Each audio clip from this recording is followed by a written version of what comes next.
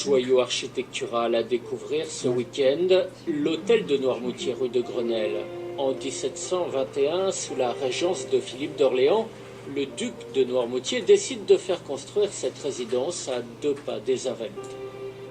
C'est effectivement le quartier où il faut être et l'hôtel de Noirmoutier n'est pas le seul à sortir de terre. Il y a beaucoup d'hôtels qui se construisent à cette époque, encore une fois parce que les lieux de pouvoir ne sont pas loin et que pour être près de la cour, eh bien, on a juste finalement la Seine à traverser avec les ponts qui commencent à se construire.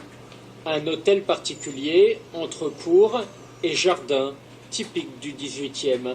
L'édifice est façonné par l'architecte Jean Courtonne. Ses décorations intérieures font référence chez les étudiants en histoire de l'art. Ici, la salle à manger et ses boiseries sculptées sur le thème des fables de La Fontaine.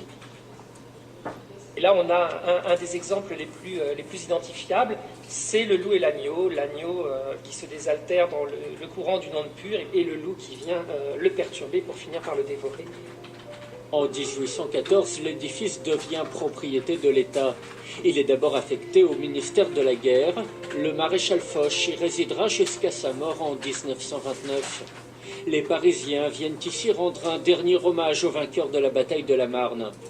Depuis 40 ans, l'hôtel de Noirmoutier est la résidence officielle des préfets de l'Île-de-France. C'est ici que se concrétisent bien souvent les négociations avec de très gros investisseurs.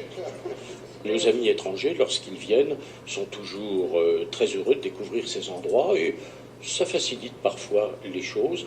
Oui, un certain nombre de conventions économiques, et notamment autour de Disney, se sont négociées et éventuellement se négocient encore dans de tels lieux.